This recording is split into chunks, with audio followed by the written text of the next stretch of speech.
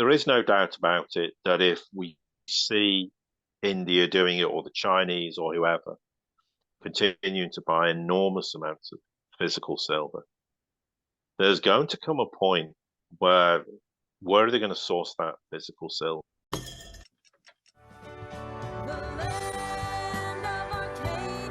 Well, hello there, my friends. Chris Mark is here with you for Arcadia Economics, and today I'm excited to play part two of my recent call with London Paul of the Sirius Report. In the first part, he talked about all the gold that China has been accumulating and how he sees that actually being put to use in the months and years going forward. And fortunately, today he digs into the silver market, some of the large inflows and outflows we've seen in silver, while we're seeing the stockpiles on the LBMA and the COMEX go on the lower side. So excited to get his thoughts on silver and think you'll enjoy what you're going to hear. And with that said, here is London Paul. Something that you have mentioned many times on your podcast is that at some point, the West is drained of metals. And along those lines, on the silver side, we've seen, especially in the past 2 years on the COMEX, a lot of the silver coming out of the registered category, as well as in the LBMA. And you talked about how India has been importing almost 10,000 tons of metal in 2022.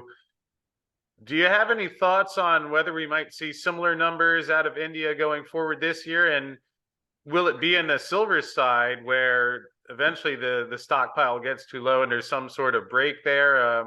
So I think that's something a lot of people in the metals community have been looking at in the past year, and wondering your thoughts on the silver equation, where we're actually seeing a bit of a drain coming out of the stockpiles in the West. It's a great question, and it's everything you've said is correct. We made the points, and you just made it again about India buying enormous amounts of silver. The Chinese were doing it in 2021 and 2020 when everyone was flapping about the pandemic, and everyone thought China's flapping about the pandemic, and to some degree they were, but on the side they're going, right, there's all these resources that no one seems to want them, we'll just take the lot. So yeah, and it's interesting you make the point. I mean, I don't keep assessing the COMEX and the changing category status of gold and silver, but there are people who do this and they do a great job in doing this. But yeah, most certainly we're seeing a shift in those markets. And there's a lot of things that come into play. And ironically, the war in Ukraine is another element of this, because the Russians export a lot of metals to the West. And they're now in the process of going, we're not doing that anymore. We're only going to export it to the so-called friendly country.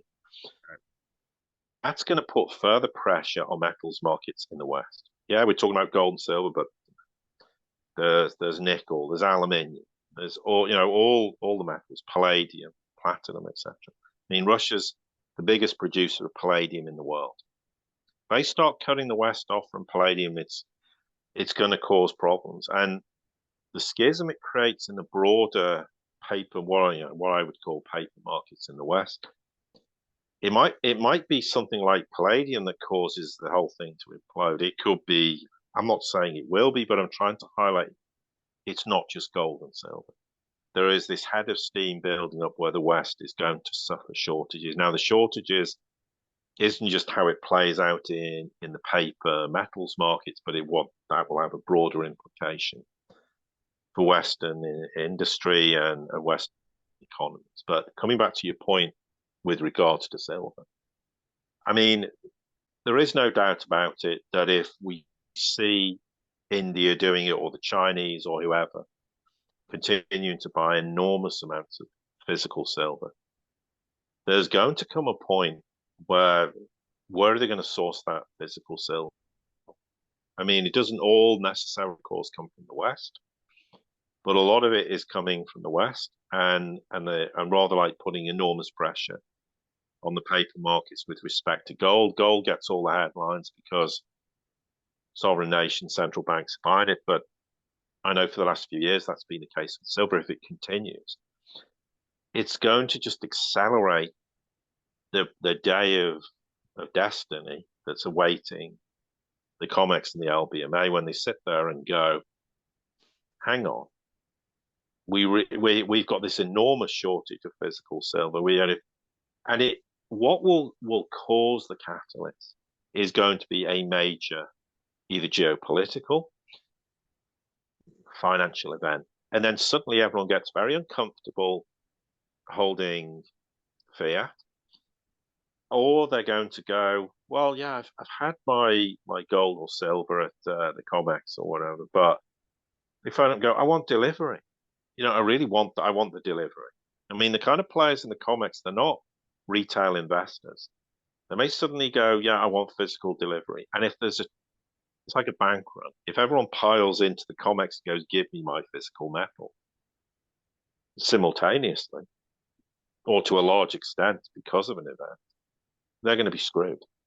And once there's a kind of force majeure in those markets, I mean, we saw it with the LME and nickel and the problems it caused, but that can multiply it by a factor of, I don't know, 5, 10, whatever. The ramifications are it's the end of Western paper markets because the fallout will be catastrophic. There'll be no trust in those markets if that happens. And we have to stress this if it happens. Okay, we might have a degree of confidence that this is going to happen. But we always have to stress in these situations, well, if this happens, there's no way back for them. So what happens? Do they have to then go for true price discovery? Are they then desperately trying to fill the gaps in the physical silver, or in this case, or gold they don't have? Or if they go force majeure, going, we're settling in, we'll just have to settle in fiat currency. This is a disaster. I mean, people just look at these markets and go, hang on a minute. We don't want to touch these markets. Hang on, is there any markets in the world where we can? Oh, yeah, excuse me. We can, let's go to China with the Shanghai Gold Exchange or the Silver Exchange. Maybe that's a better option. Or maybe what they're doing in the Middle East or anywhere else in the world, but we're not touching you anymore. So there are a number of factors. I mean, you could have a situation where, I mean, with all due respect, retail investors, as much as they can keep buying it, and people are buying it, we know this, are they the ones that are going to destroy the paper markets? In reality, no. I mean, they can absorb that.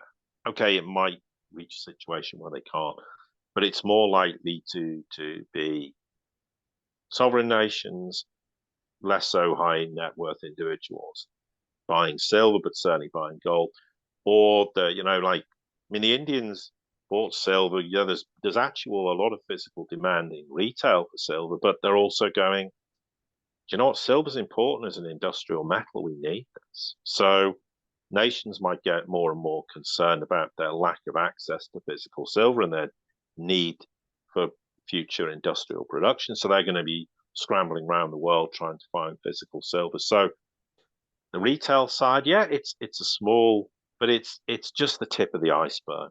And no disrespect to retail investors in physical metals, but they're more the tip of the iceberg than the rest of the iceberg. But that tip might get bigger. And there's always that point where the physical or the paper markets in the West become unsustainable. And I think last year was an acceleration of that.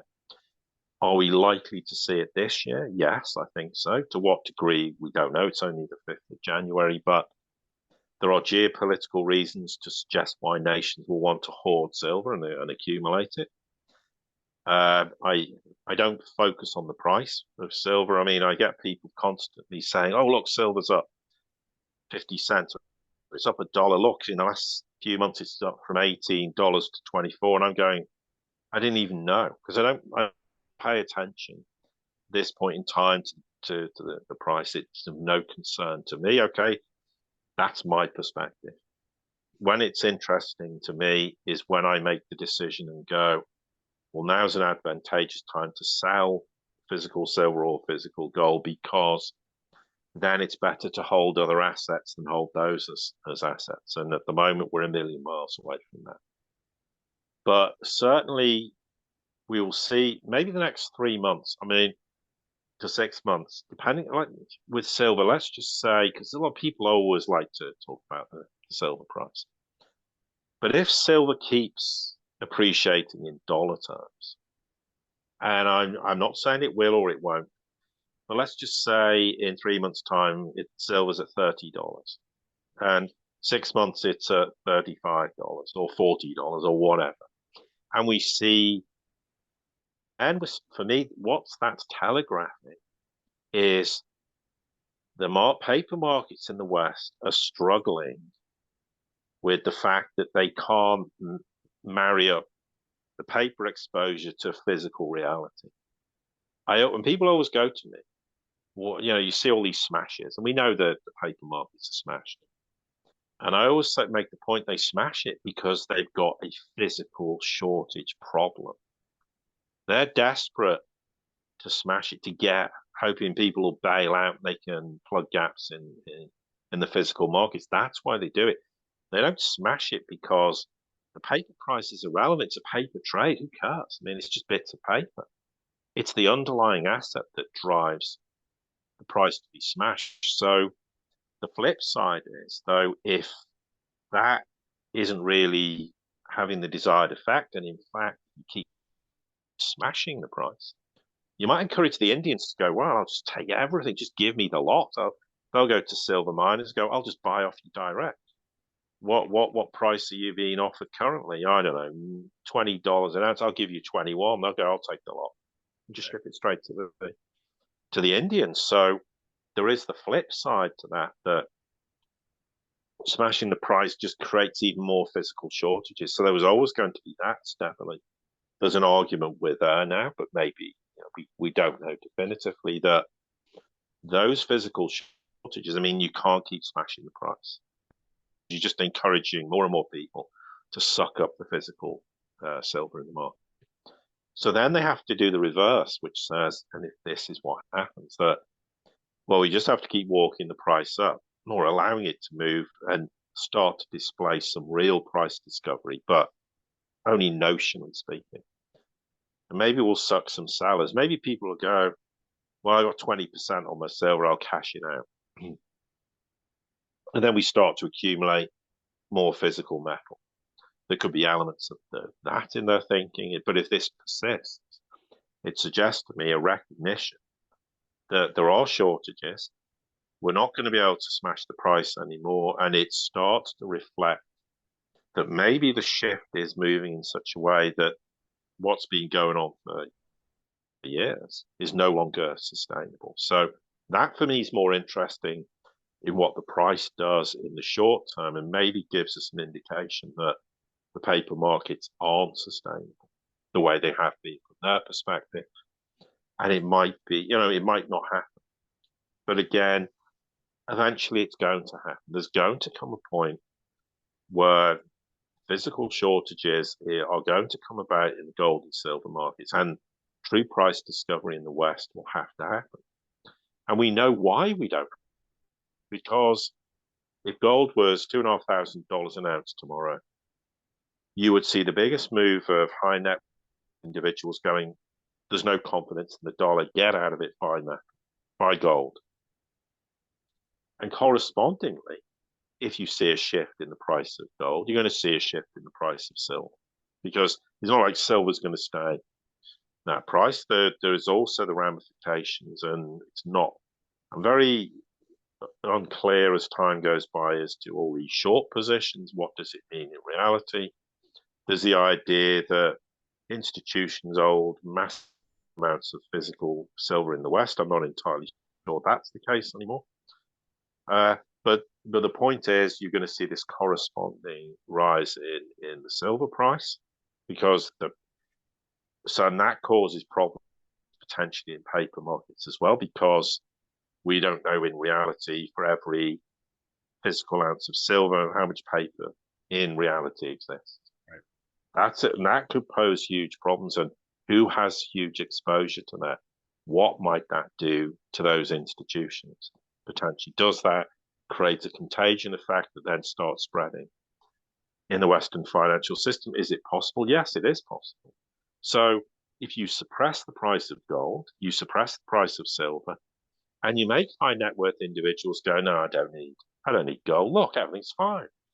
The Dow's at this. What's the problem? Yeah, the bond market's had a bit of a crater, but we're going to get back to normal because the Fed's going to raise interest rates and magically everything will be normalized and we'll all look in the future and go, wow, that was a bit of a weird time, but everything's back to normal. That's the kind of crazy mentality that exists in the West. So, whereas retail investors are going, think gold's dirt cheap at this price, they're all going, I wouldn't touch it with a barge pole. But maybe when retail investors go, well, I wouldn't buy gold at this price now. I think it's overpriced. That's when the big guns pile in and go, we want this because their perspective is all about confidence in the dollar, the Western financial system. And whereas we see the reality of it, they look at very crude metrics that go, no, everything's all right. So that's the basis of why price suppression has been in place. But the argument can be if there's enough physical demand, then they're going to struggle. And this may be why during the sort of pandemic years, we saw gold go over $2,000 an ounce. It was because there was a lot of physical demand. There was a lot of uncertainty in people's eyes. So high net worth individuals were starting by. So then it becomes we can't smash the price because they'll just buy more and more.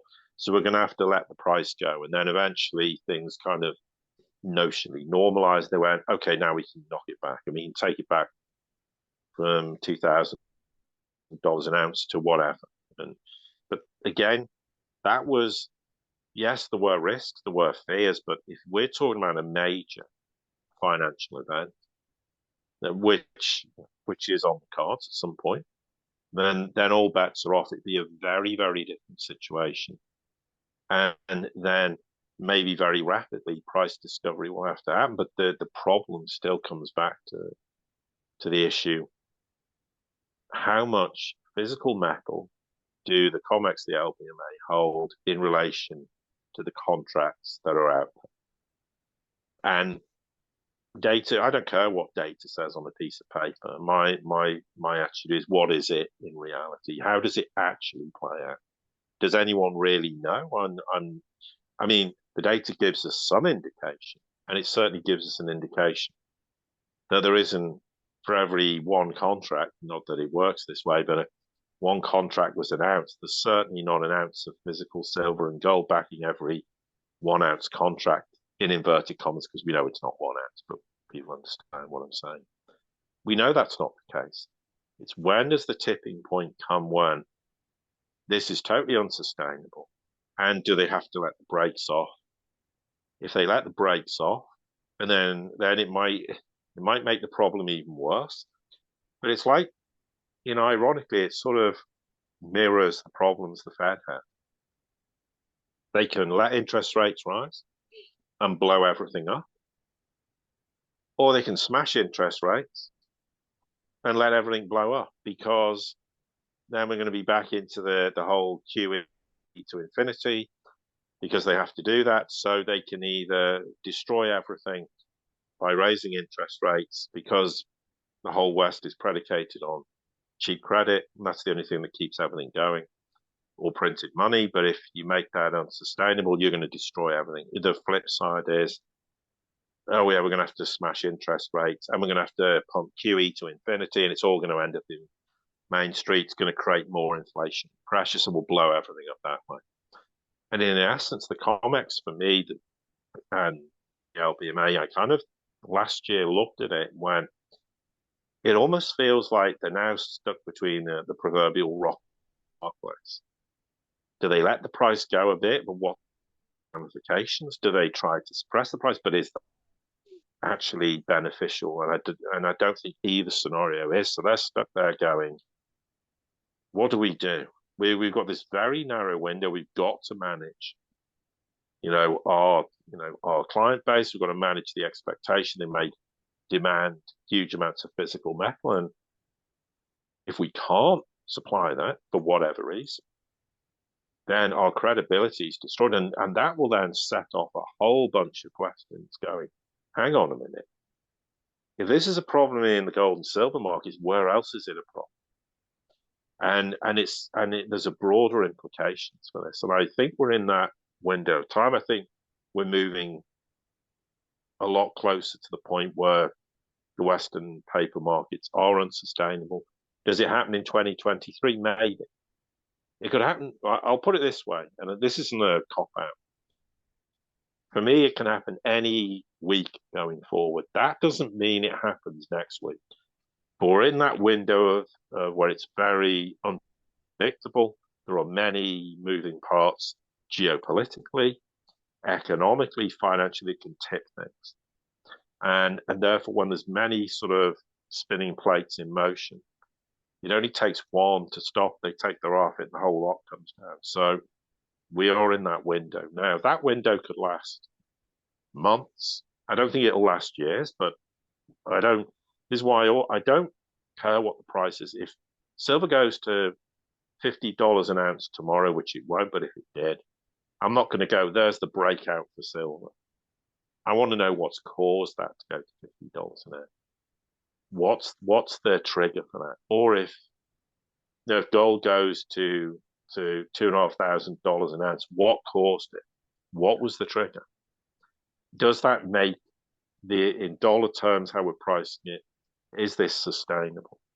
That's because we've had false dawns before where people have gone, oh, it's hit $30 in the last couple of years during the pandemic. Oh, this is the magic breakout. It doesn't happen. And I've gone, no, it happens when the West is drained of physical metal. Is the West drained at this point? No. But it is a process and we're gradually getting there and we're moving closer. And there's every indication that this year will be the same. It will just be this ongoing grind towards when the paper markets become unsustainable. And there's going to be at some point a situation will be huge demand for gold based on what we understand is happening in the global south. Silver is an industrial metal as well, and it's inevitable there's going to be enormous demand. I think you'll see in the coming years huge demand for silver for industrial purposes in the global south nations. So it's obvious that demand is going to increase. It's not going to decrease. So the question is, at what point does the West go, we can't sustain the price in dollar terms? Or there might be the argument that the world moves away and goes, we're not interested in trading in these markets anymore. Why don't you come and trade in our markets? We've got 50 of them in the global south. These are far better because we guarantee that for every ounce contract is backed by an ounce of metal. And people in the world are going to go, actually, we don't really care what the West does. Who cares what it's priced in dollar terms? It doesn't really matter anymore because there's these markets and you can come and trade in those markets, no problem. It doesn't matter whether you're in the West or not. So things can become redundant and obsolete, and there are people in the West looking, hang on, this may also be a problem. So they've got a lot of different things playing in out from their perspective. And it's like anything. There comes a point where you can get away with it for so long, like they've done with the Western financial system. I mean, to be honest, they've got away with it for 40 years since the financialization of economies. We've had problems along the way. The dot-com bubble, 2008. We had problems in 19. We had problems in 2020. We've had problems along the way. I mean, look at the UK. There was a big problem with UK pensions. I mean, the Bank of England had to intervene to prevent them all blowing up, which would have caused a huge contagion problem. So, but there comes a point you can't keep doing this. I mean, it becomes completely unsustainable. And by extension, you would include gold and silver markets in that regard. So it's just a matter of when, not if, but people get very impatient. And for me, my basis of holding those assets it's very simple. It's a bet against every eventuality. and it's what is its purchasing power in the future. Bear in mind that financial assets in paper terms are nonsense. I mean, everything's massively overvalued. And therefore the point at time when you want to say, well, actually financial assets are worth buying now because they're value for money, that's when the purchasing power comes in. And I mentioned this with Andrew as well. And I'll reiterate it, and I think I've said it before with you, Chris, that let's just choose a really simple example. You want to go and buy a house. Okay, it's just the mathematical term. Let's not, so I get people going, but you can't buy a house at that price. No, that's not the point. Okay, let's say you currently want to go and buy a house for $300,000. Right. And let's just say, for argument's sake, an ounce of gold is $2,000 an ounce. So 150 ounces of gold will buy you a house. Now, we know that asset is massively overvalued in dollar terms. It's ridiculous. So what should it be worth? Half of what it is, realistically. I mean, in the Japanese, when their real estate market, they lost 80% of value. This is not saying it will happen, but let's just say it's half of what it is. So let's say in reality it should be 150,000. Maybe in the world where we pay Chinese dollars, it'll actually be 80,000. But let's just say it's 150,000. Right. And then we look at the price of gold. And at that point, gold in dollar terms is valued, let's just say $5,000 an ounce. I have to be careful because then people go, are you giving us secret hints about where the price of gold is going? No, I'm not. So, okay, if it's 5,000 then you'll purchase, then I sit there going, do you know what? I'm getting out of gold there because I can go and buy that asset for 30 ounces of gold, not 150. That's why you hold precious metals. It's purchasing power. It's protecting the wealth. So no matter what happens, you know in the future you're going to be able to transfer those gold and silver coins or bars or whatever it is into tangible assets that you know are priced fairly. Or maybe there's a point when they're underpriced because there's going to be this bounce or a correction and it overcorrects till it hits the mean or the equilibrium. And it's as simple as that. So for me, I just sit there, wait for that day when it happens and go, that's what I'm looking at. Okay. I'm not here to worry about, well, gold's gone down $100 an ounce. I mean, it got down, what was it, 16, 20? I don't know, not that long ago. Yeah. I don't care. That's not why I buy it. I'm not worried about it in fiat terms. This is just this transient phase. We know in reality, gold and silver are underpriced in dollar terms. Absolutely. We know the dollar's a matter of national security. So it's an imperative that it doesn't go to 2,500 or whatever dollars an ounce, because then everyone piles in and then it's at $5,000 an ounce. And then the world's going, who wants to hold dollars anymore? Nobody. Even the Europeans are going to go, forget it, we don't want dollars. No one will want dollars. The United States is desperate for the world to continue embracing the dollar for all the reasons we've seen in history. It's very simple.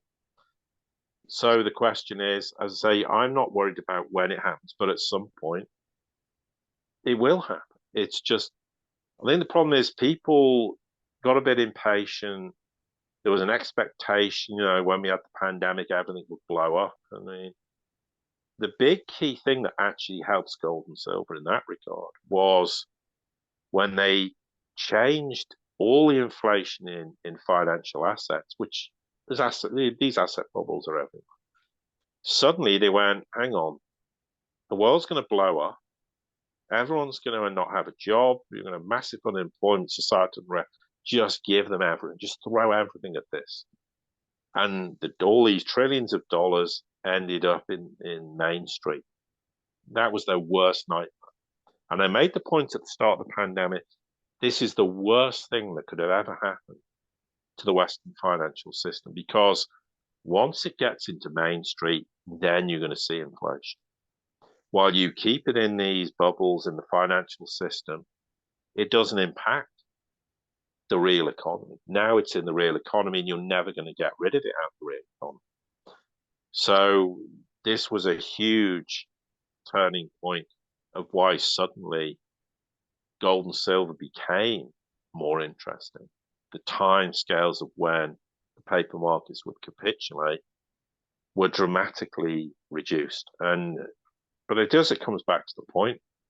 Someone asked me about gold and silver in 2013. I went, when the West drained of metal, we'll get true price discovery. Until then, there'll be a lot of things going on. The price, people will think we're off to the moon this week or next month, but it won't happen. It will happen then, and I've always stood by that. And I believe it more than I've ever believed it. But it's patience. But at the end of the day, if you know the house is going to burn down, you have your insurance. You're not screaming, pay out my insurance because but you don't want the house in reality to burn down. But in this case, we know the house is burning down. So we have the insurance policy and we're waiting for the day when we need to say, okay, here's my insurance policy. I can cash this in. That will enormously benefit me. That's for me fundamentally the problem. It's like I'm using an analogy, but people want to burn the house down so they can get the payout. Well, be careful as well what you wish for. I mean, at some point, true price discovery is happening, but if everything blows up in a financial sense in the West, we may see a situation where gold goes to a ridiculous price in dollar terms. But that's not a point to sell it because, and I've used an crude analogy, if gold was $100,000 an ounce, there'd be some major serious problem. You might find a loaf of bread costs you $1,000 because everything's completely blown up. You wouldn't want to sell your physical gold, even though it's an all-time high price in dollar terms, because it's telling you there are serious problems and you don't want to be selling at that point. So it's not the price. It's understanding, as I said, the point between when do financial assets or tangible assets, when are they fairly priced? When do I think I want to go buy these assets again? When do I want to go and buy whatever it might be? That's the time when, and it's purchasing power, and that's when I think people will reap the benefits. So yeah, I understand why people get frustrated for sure, but you take the insurance policy out. If the house is 3/4 burned down and you can still buy the insurance policy very cheaply, be grateful for that. Because really this will only come to fruition when these things are in play that means that the West is completely unsustainable. And when that's in play, then it's a totally different world we live in. And you'll be grateful for the fact you have got some insurance policy. And for those people who think gold's a barbarous relic, or why would you want to hold these assets? At some point, they're going to have a realization, well, if the fiat world's blowing up, what am I going to invest in? What do I do? What do I put my money in? Oh, hang on. Oh, and now I want, and that's the thing, that's where the bank run happens, where everyone piles in and wants precious metals. Well, not everyone, but increasing numbers of people. And then we're back to creating the shortages and how then that becomes unsustainable for paper markets. So I don't see anything to change my mind. If I suddenly change my mind, I'll say, okay, I don't think that's the case anymore. But over the years, it's just become increasingly apparent that that's always been the case. So, it seems contrary to people's perception, but smashing the paper price of gold and silver is because there are physical shortages in parts of the market where, okay, let's use an example. I'm not saying it happens, but let's imagine a scenario where some high net worth individual has got, I don't know, gold in the COMEX, huge amount of gold, and goes, do you know what? I've had a vault built. I want it at home. Give me my physical gold. And they're scratching around going, how the hell do we do this? Hang on. We need some way of getting hold of physical gold. Okay, well, let's smash the price. Maybe that'll help. Maybe that'll shift a few people out of the market. Maybe that'll reduce the liability that we're suffering between paper and physical markets. Maybe it'll free up some physical. Maybe we can get our hands on some physical.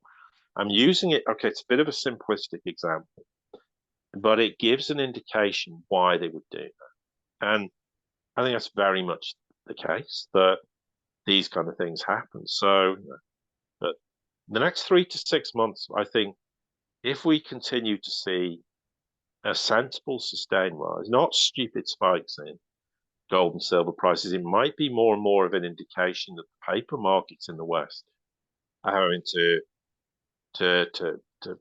play the markets in a way that we know it should be, rather than what we've seen for years. And I think that really is the bottom line to this. So who knows? In 3 to 6 months, we might be going, hang on, well, what we've discussed now has come to pass, and these are the reasons why. And but we all want to see true price discovery in all markets. But let's be honest, there is no true price discovery in any financial asset class anywhere in the Western world. It's all complete nonsense. It doesn't matter whether it's equities, bonds. It doesn't matter whether it's commodities, and it doesn't matter whether it's two flies crawling up the wall and who's going to reach the top first.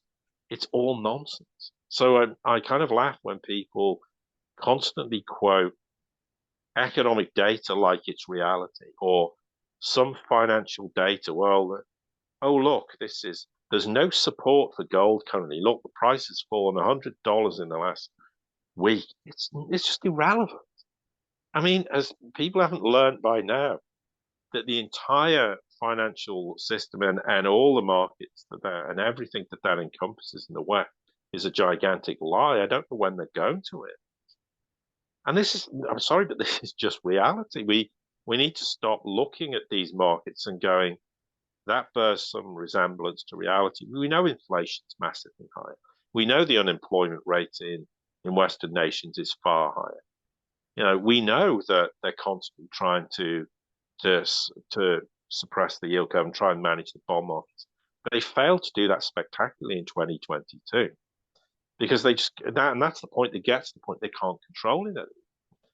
And it's the same with equities. Just look at companies who are valued at X when we know their true value is X minus 90% or 80% because the fundamentals don't stack up. So the illusion will give way to reality. And I said this in 2021 and 2020 that the pandemic would see illusion give way to reality, and gradually we're seeing that more and more. And it seems like it's slow, but for me, the changes on a monthly basis we're seeing globally in history, a change in a month would have taken a decade.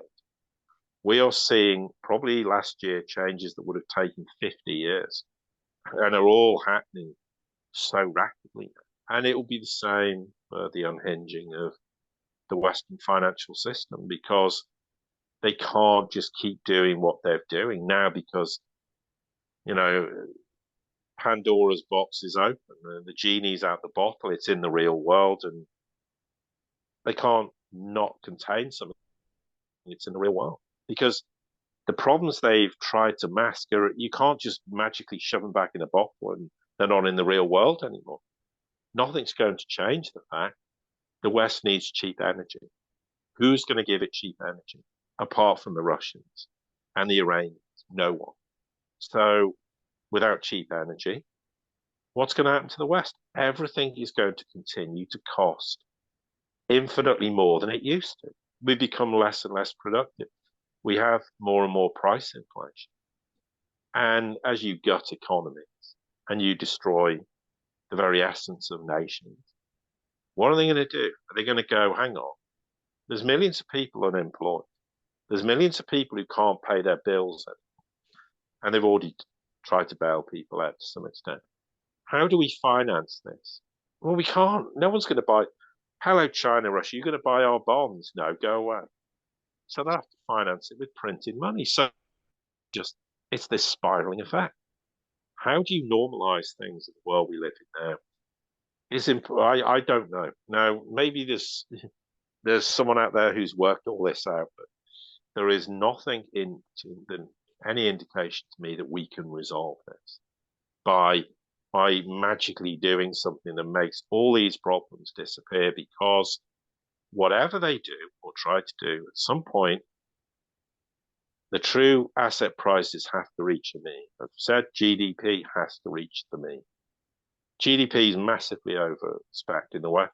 The US GDP is 50% lower at least, maybe even less. Asset prices, in some cases, they're 90%, 80%, whatever too high. Imagine the mean of those two. Where do they sit? This is unprecedented, and that has to be come to pass, and it will come to pass. And they can keep bailing things out to deny that reality. But the more they do this, the more it involves money printing, financial chicanery, which is just making the entire system more and more unsustainable. And hence, we've gone full circle back to what do you do in those situations to protect yourself against all the things we've discussed? You have to own tangible assets. And realistically, you have to hold real money. What's real money? It's gold and silver. Yeah, I mean, you laid it out pretty clearly, and I don't know if another 100 basis points in Fed rate hikes is really going to solve all this, like the Fed and Wall Street is suggesting. And again, in terms of what you said on silver, that's why I find it's a particularly interesting time right now, because we actually did see these reports of record deficit last year. At the same time, we're seeing the stockpiles get lower. So certainly will be interesting to see if that trend continues this year. And again, I like you said, want to be careful to put dates and timelines on some of these things, but I agree with what you're saying of, if something did happen in 3 to 6 months, wouldn't be surprised. Guess the whole situation has gone on longer than many of us would have expected, but now seeing some of those effects actually in the reports of the inventory and stockpiles that are out there. So similar to what you described earlier about a lot of these geopolitical trends that people were talking about it for a while, but now we see it actually manifesting. Does feel like the same in gold and especially silver. So Paul, I appreciate everything that you shared there. Again, breaking this down in a way people can understand, and perhaps not the easiest times to digest all of this news, but perhaps before we wrap up, you could just let folks know about your podcast and the website where you do this a couple of times per week, which comes out to 5 episodes, a couple double episodes and a single one. But you just let folks know where they could find you, so if they'd like to stay up to date and in touch with the things you're doing, that they could do so. Well, thanks, Chris, for mentioning. Yeah, we've been doing this. Started in 2016. Yeah, we do 5 a week, but sometimes I don't do 5 single episodes, because some episodes we normally do 20 minutes roughly per episode, so 40 minutes between. And sometimes you do, and often I'll go, hang on, there's these bits that all pull together. If I just stop at 20 minutes, it's ridiculous. Just keep going and do 2. So yeah, we do 5 a week. We're over 1,600 episodes. And we actually had someone last year who subscribed and went back to listened to every single episode, which I mean, I went, did you go insane? I mean, but so we deal with all the geopolitical stuff, all the economic, financial stuff, tracking the progress of multipolarity and what I call the demise of unipolarity. And it's $4.75 a month. It's the same price as it's always been. And if you subscribe for a year, you get a month free. And we think it's very good value for money. And we keep it cheap because we put a lot of effort in. We're not going to do it for nothing. If we could monetize what we do on YouTube, whatever, we do it, but we're constantly blocked. We can't monetize anything. So we keep it affordable. And yeah, of course, we like people to subscribe to what we do and support what we're doing, but it's very intense. We don't waste words. It's very much dealing with all manner of points, and we try to explain the significance of it and why we're discussing at this point in time. And our track record, I think, has been very good in explaining why Saudi would be a vassal, would cease to be a vassal state to the West and be rotate east. And we predicted the repo crisis in January of the year, and it happened in September. So it's things like that. So we're always trying to understand. I mean, the geopolitics for me is something I got interested and involved in 15 years ago. The financial stuff's really my bread and butter, but I try to avoid ridiculous amounts of complexity in that and try to keep it simple, because I think too often, and the FinTwit world's guilty of this, they write things in ways that no human being understands. I sometimes wonder if they understand what they're saying, but not all of them, obviously. So we do cover that, and we try to emphasize key things and what's going on in the West and why this is significant. It's like the problem with the pensions crisis in the UK. I mentioned it 2 or 3 months before it happened, saying this is a big red flag, this could go bust. And 3 months later, it went bust. So effectively, obviously the Bank of England had to come in and bail out the pension funds or to prevent them collapsing. So, and that could have been a serious contagion problem. So it's understanding things like that, and there are many things that are playing out simultaneously all the time. This is why people are going, well, what's going to cause the collapse of the Western financial system, in inverted commas? There's so many factors to this. There's geopolitical factors happening thousands of miles away that are having a serious impact on the West now. So it's not one thing, it's many things. And that's what we do. And we actually did last year, I mentioned this on the last podcast before, or the holiday period as people, or Christmas, whatever people refer to it. We normally, effectively, we did 276 podcasts. So you got more than 5 a week for the entire 52 weeks. But sometimes there's so much to discuss that it's like now I've got maybe 2 or 3 weeks worth of podcast material. And I'm going, well, I can't put it all out because something huge might happen. But I'm gradually going to phase it out. And even when we sort of notionally didn't do podcasts over Christmas, I was still looking at things, composing some thoughts, ideas about things, seeing some things that tie a lot of things together. And I wasn't working all the time, but there was things, and I went, oh, that's interesting, right? Park that, and then obviously this week we started to pull this together. So there's always huge amounts of stuff. There's a lot of stuff that we can't discuss because we just don't have the time. Or I think people would go nuts if we gave them 4 or 5 hours a week of stuff. But in principle, we could, but there's too much work to do that anyway. But my point about this is there is huge amounts of things going on globally that are all relevant to where we are. And some of them may seem innocuous and irrelevant, but it's like what we see in Assad going to have a meeting with Erdogan. This is enormous. This is absolutely huge in the context of the Syrian war that's been ongoing over a decade. Little things like that matter hugely in the context of global geopolitics, or Assad meeting the UAE and the monarchy in the UAE. These are huge developments. And they're all relevant because it's not just about what the West is doing or should be doing or isn't doing. It's as much about what events are happening the other side of the world that are very, very significant. And the Middle East is a hugely important part of the world, not least because of the whole petrodollar with the Saudis in the 70s, and how that's no longer relevant or plays any part in pricing energy markets. These are all big developments, so we have to be kind of mindful of that. So we have to have looking almost everything simultaneously and also making sense of things. So for me, it's interesting. I mean, I'm very intrigued. I would do this for myself, irrespective. Okay, I wouldn't have to go and structure podcasts and do that sort of thing, but I've always been interested in this ever since I had conversations with people who told me multipolarity is coming, and whether the West likes it or not doesn't matter. these are the broad implications. You'll be pleased we've told you. The only thing is now you'll just have insatiable curiosity to know what's happening and why it's happening. And that's certainly been the case.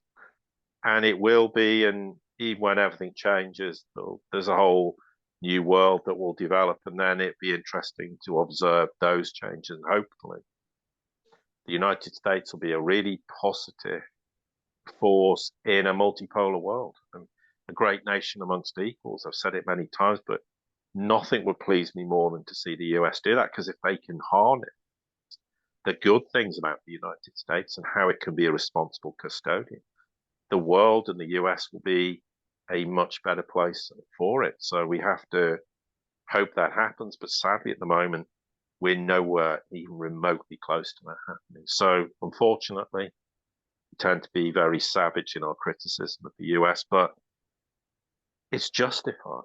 And it's got nothing to do with the US people. Sometimes people think I have a downer on Americans. I don't. I have a downer on the American administration. It's got nothing to do with American people. Well, I think you describe what's happening out there, and you know, sometimes the news is what it is, and at least having an understanding of what's going on rather than the cheerleader view, I think is helpful, and what most people who are watching and listening appreciate. So, Paul, I sure appreciate everything that you do, and people can find you at theseriousreport.com, and just want to wish you again a happy new year, and certainly it'll be interesting to see as these things continue to unfold this year. And fortunately, you give people a roadmap on what you're expecting and what is coming down the road. And just thank you for all that you shared today. And we'll be looking forward to catching up and doing this again soon, my friend. Yeah, thanks. And obviously, Happy New Year to you as well, Chris. And obviously to everyone listening. Well, thank you to Paul. Great, as always, to get his thoughts on the silver market in the midst of everything that is going on out there.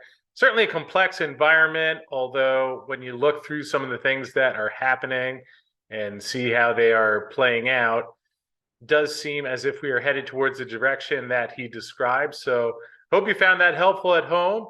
And I would like to thank Reina Silver, who brought us today's episode. Reina had some news out last week as they have completed their agreement to acquire a 100% interest in their Medicine Springs project in Nevada, where they did begin drilling earlier in the fall on a pause for the winter season, although they did have an agreement to acquire an 80% interest, have moved that up to a 100% interest as they've been encouraged by the results that they have found there. And we'll have drill results from there coming out early in the first quarter. Of course, that's in addition to their Gigi and Batopilas projects down in Mexico. Gigi, their flagship asset with a historic production of 460 million ounces of silver, and Batopilas, which is also down there in the bottom of the map, former producer of 300 million ounces of silver, and that is being explored under the advisement of Dr. Peter McGaw. So now, in addition to the Mexican assets, they do have that 100% interest in Medicine Springs, which we'll find out a little bit more about shortly. So thanks to Reina for bringing us today's show, and to find out a little bit more about their projects, well, just click on the video that's coming your way now.